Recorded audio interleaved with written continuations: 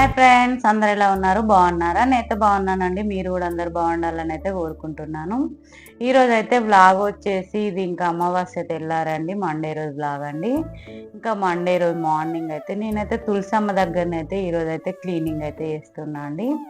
Monthly ఒక్కసారైనా ఇట్లా ఇంకా తులసమ్మ దగ్గర తులసి కోటను అట్లా క్లీన్ చేసుకుంటేనే కదా చెట్టు అయితే గ్రోత్ బాగుంటుంది. ఇంకా అందులో వచ్చే చెట్లు కూడా నీట్గా వస్తాయి కదా. అందుకే అప్పుడప్పుడైతే ఇట్లా తులసి కోట దగ్గరనైతే క్లీన్ చేసుకోవాలండి. మనం ఎంత క్లీన్ చేసినా కూడా సమ్మర్ కాబట్టి ఇప్పుడైతే చెట్టు అనేది కొంచెం గ్రోత్ తక్కువనే వస్తుందండి. కానీ మనం అయితే ఇంకా క్లీన్ చేసుడైతే తప్పొద్దు కదా. ఈరోజు అయితే మార్నింగే నేనైతే తులసమ్మ దగ్గరనైతే ఇట్లా నీట్గానైతే వేస్తున్నా అండి. ఇంకా మనం ఎంత నీళ్ళు పోసినా కూడా చెట్టుకైతే అస్సలు తడి అనేదే ఉండట్లేదండి మార్నింగ్ వరకు. ఇంకా మధ్యలో ఈవినింగ్ కూడా ఒకసారి అయితే అట్లా కొంచెంగానైతే నీళ్ళు అయితే పోస్తున్నా అండి. ఎందుకంటే మనకే ఎంత దాహం వేస్తుందంటే చెట్లకు మరి మార్నింగ్ వరకు వాటర్ లేకుంటుంటే ఎలా ఉంటాయని ఒక్కొక్కసారి ఈవినింగ్ కూడా నేనైతే నీళ్ళు అయితే పోస్తూ ఉంటా. ఈవినింగ్ పోయొద్దు అంటారు కానీ ఇంకా నాకు చెట్లను చూస్తే బాగా అనిపిస్తుందండి. అందుకే అయితే అట్లా వాటర్ అయితే పోస్తూ ఉంటా. ఇప్పుడైతే నేనైతే స్క్రబ్బర్ తీసుకొని అందులో కొంచెం విమ్ లిక్విడ్ అయితే వేసుకొని ఇట్లా తులసి కోటను అయితే మొత్తం క్లీన్ అయితే చేస్తున్నా అండి. ఏమన్నా డస్ట్ కానీ ఇంకా మనం దీపం వెలిగించినప్పుడు ఇట్లా మసిలాగా పడుతుంది కదా, అది కూడా పోతుందండి. అందుకోసమే నేనైతే ఇది 1 మంత్కి ఒకసారి అయితే ఇట్లనే క్లీన్ చేస్తూ ఉంటా. మళ్ళీ మనం కలర్ వేసినప్పుడు ఎట్లా కొత్తగా ఉందో అట్లనైతే అవుతుందండి. ఇంకా మంత్లీ ఒక్కసారన్నీ ఇట్లా చేస్తూ ఉంటేనే తులసి కోట అయితే ఎప్పుడు మనం ఇప్పుడు తీసుకొచ్చినట్టు కలర్స్ వేసినట్టు అయితే అట్లా కనిపిస్తుందండి.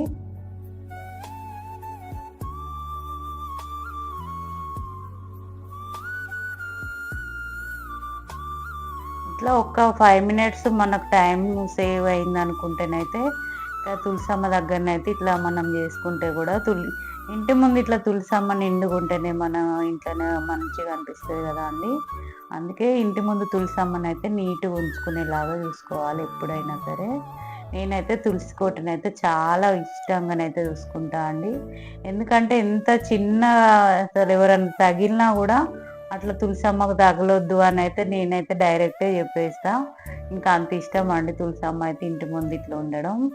అందుకే నేనైతే ప్రతిరోజు తులసి దగ్గర ఇట్లా దీపారాధన కానీ, ఇంటి ముందు ముగ్గులు కానీ, తులసమ్మ ముందు ముగ్గులు కానీ అవైతే అసలు మనకి ఇంత ఓపిక లేకపోయినా కూడా నేనైతే ఓపిక తెచ్చుకొని అయినా కూడా ఇట్లా తులసమ్మ దగ్గర పూజ అనేది అయితే తప్పనియనండి.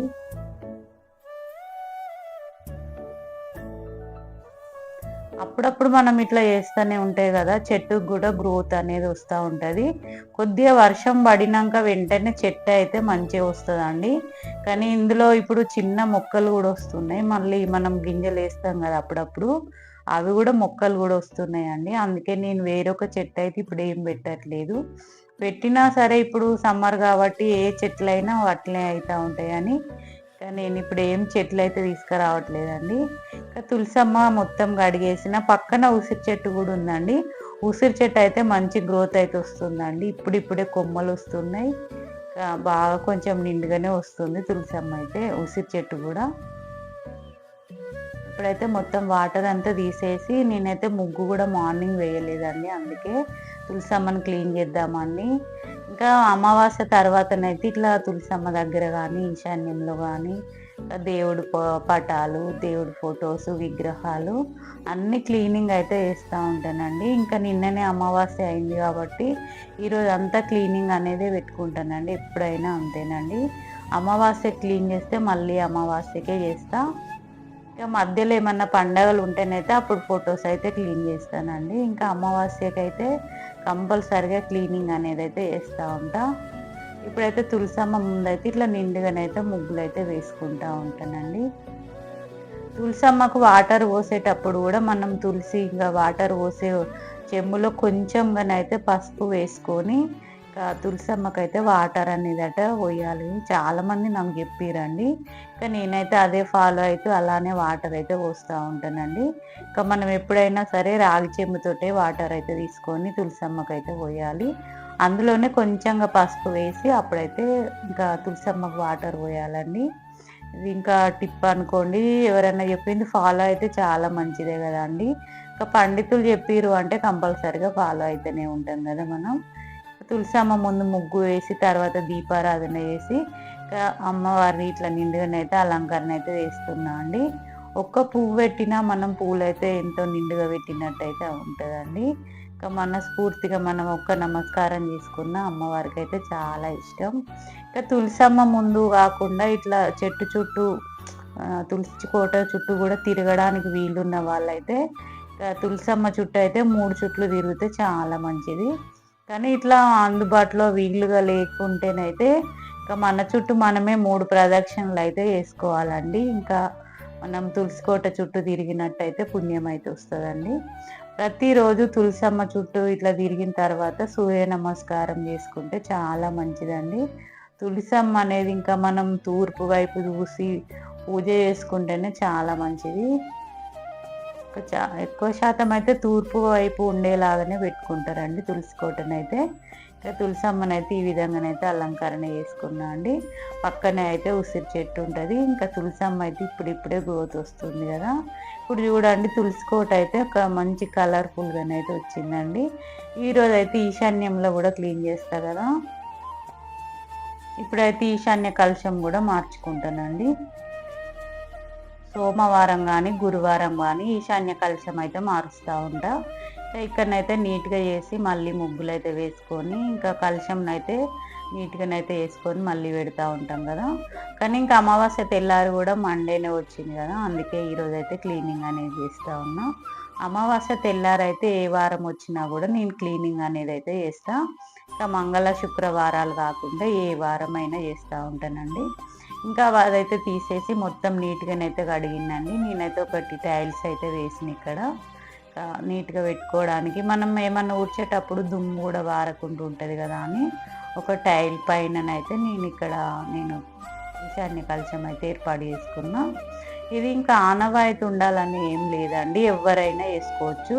ఇంకా ఈశాన్యంలో ఈశ్వరుడు అయితే ఉంటాడండి. మనం ఈశ్వరుని ఎంత పూజించుకుంటే ఇంట్లో మనకు కూడా అంత ప్రశాంతత అయితే ఉంటుంది.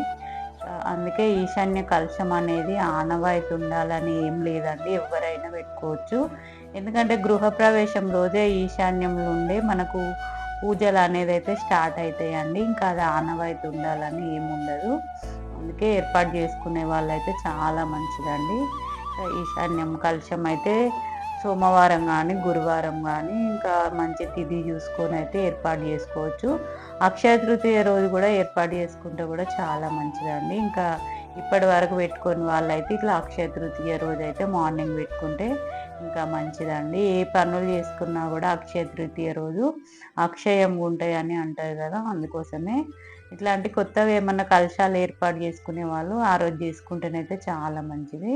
ఇంకా నేనైతే రాగి చెంబునైతే నీట్గానైతే క్లీన్ చేసుకొచ్చిన. ఇంకా నీట్గా క్లీన్ చేసిన తర్వాత ఒక పొడి క్లాత్ తోటి అయితే తుడుచుకోవాలి. ఎందుకంటే మళ్ళీ ఒక 3-4 డేస్ వరకు అలానే నీట్గా ఉండాలంటే మనకు తడి లేకుండానైతే నీట్గానైతే క్లీన్ చేసుకోవాలండి, మరకలు ఉండవట్లయితే. ఇంకా నేనైతే గంధము కుంకుమతోటి అయితే ఇట్లా అలంకరణ అయితే చేసుకున్న తర్వాతనైతే అందులో శుద్ధ జలం కానీ ఇంకా గంగా వాటర్ కానీ పోసుకోవాలండి. శుద్ధ జలం అంటే బోర్ వాటర్ వేసుకుంటే అయిపోతుందండి. ఇంకా మనం నిండు బిందెలో నీళ్ళైనా సరే అండి వేసుకోవచ్చు. ఇక్కడనైతే కిందనైతే ఒక రాగిది ఇంకో ప్లేట్ కూడా పెట్టుకోవాలి, డైరెక్ట్ కింద పెట్టకుండా. ఇంకా ఆ ప్లేట్కి కూడా నేనైతే గంధము కుంకుమతోటి కొంచెం అక్షంతలు వేసి అయితే అలంకరణ అయితే వేసుకున్నా అండి. ఇందులో వాటర్ వేసిన తర్వాత కొద్దిగా పసుపు, కుంకుమ, అక్షంతలు, ఇంకా పచ్చ కర్పూరం అవన్నీ వేసుకోవాలండి. సుగంధ ద్రవ్యాలు ఏవేవి ఉంటాయో అవన్నీ వేసుకుంటే ఇంకా చాలా ఇష్టం కదా ఇవన్నీ కూడా అమ్మవారికి. ఇక్కడనైతే నేనైతే ఇంకా పువ్వులు కూడా వేసుకున్నా అండి. ఇంకా రాగి కాయిన్ ఉంటే రాగి కాయిన్ కూడా వేసుకోవచ్చు, లేదంటే మనం 5 రూపీస్ కాయిన్ కానీ 1 రూపీ కాయిన్ కానీ ఏవైనా ఒక నాణ్యం అయితే వేసుకోవాలండి ఈ వాటర్లో. ఇక్కడనైతే జవ్వాది కూడా వేస్తున్నా అండి, పచ్చ కర్పూరం జవ్వాది. ఇంకా మనం ఇంట్లోకి వచ్చేటప్పుడు అయితే ఇల్లంతా ఒక సువాసన లాగా వస్తూ ఉంటుంది. ఈశాన్యంలో ఉంటుంది కాబట్టి అందుకే ఇలాంటివి సుగంధ ద్రవ్యాలు ఉన్నవి వేసుకుంటేనైతే చాలా మంచిదండి. ఇల్లంతా పాజిటివ్గా మంచి స్మెల్ తోటి వస్తే పాజిటివ్గా ఉన్నట్టు అనిపిస్తుంది కదా. ఇంకా దీపం కూడా వెలిగిస్తున్నా అండి, మండే కాబట్టి.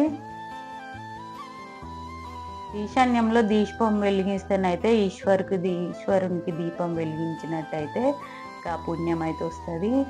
అందుకే ఈశాన్యంలో దీపం వెలిగించుకుంటే చాలా మంచిదండి. సోమవారం కానీ, శుక్రవారం కానీ, మంగళవారం కానీ ఇట్లా ఒక వారం పెట్టుకొని అయితే నేనైతే దీపం వెలిగిస్తూ ఉంటా.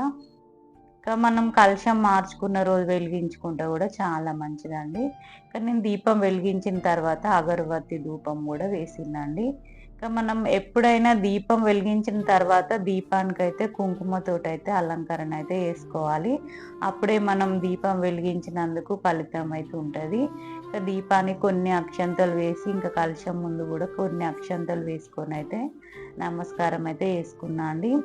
మనం ఏ పూజ చేసినా మనస్ఫూర్తిగా మనసు లగ్నం చేసుకొని చేస్తేనే అది ఫలితం అనేది అయితే ఉంటుందండి. అందుకే నేను ఇక్కడనైతే ప్రతిదీ కూడా చిన్నది కూడా మీకు చెప్తా ఉంటాను. ఎందుకంటే ఎవరైనా ఒక్కరైనా ఫాలో అయినా కూడా ఇంకా మనకు కూడా సంతోషం అనిపిస్తుంది కదా అని. దీపం వెలిగించిన తర్వాతనైతే పూలతోటైతే అలంకరణ చేసుకున్నా. తర్వాతనైతే నైవేద్యంగా నేనైతే ఇక్కడ బెల్లం పుట్నాలు అయితే నైవేద్యంగా పెట్టిందండి. ఇట్లనైతే ఈశాన్య కలశం లేని వాళ్ళు ఏర్పాటు చేసుకుంటే చాలా మంచిదండి. ఈరోజు అయితే వ్లాగ్ ఇంతేనండి. కొంచెంగానన్నా మీరు అందరు ఫాలో అవుతారని నేనైతే మీకు అందరికైతే ఇదైతే చెప్తున్నా అండి. ఇంకా ఈశాన్య కలశం అయిపోయిన తర్వాత గౌరమ్మను కూడా నేనైతే ఇట్లనైతే నిండుగానైతే అలంకరణ చేసుకున్నా అండి. అమావాస్య తర్వాతనైతే ప్రతి దేవుడి ఫోటోలు కానీ ఇంకా దేవుడికి సంబంధించినవి ఏవైనా సరే నేనైతే క్లీనింగ్ అనేది అయితే చేస్తా అండి. నెలకు ఒక్కసారే కదా మనం అట్లా క్లీనింగ్ పెట్టుకుంటే చాలా మంచిది. ఇంకా అమావాస్య తర్వాత కాబట్టి ఇక్కడ కూరాడుకుండ దగ్గర గౌరమ్మని, ఇంకా ఈశాన్యంలో తులసమ్మని, దేవుడి ఫోటోలు అంతా క్లీనింగ్ అయితే చేస్తూ ఉంటానండి. ఈరోజు అయితే ఇంతే వ్లాగ్ అండి. ఈ వ్లాగ్ మీకు నచ్చినట్టయితే లైక్ చేయండి, షేర్ చేయండి, సబ్స్క్రైబ్ చేయండి. Thank you.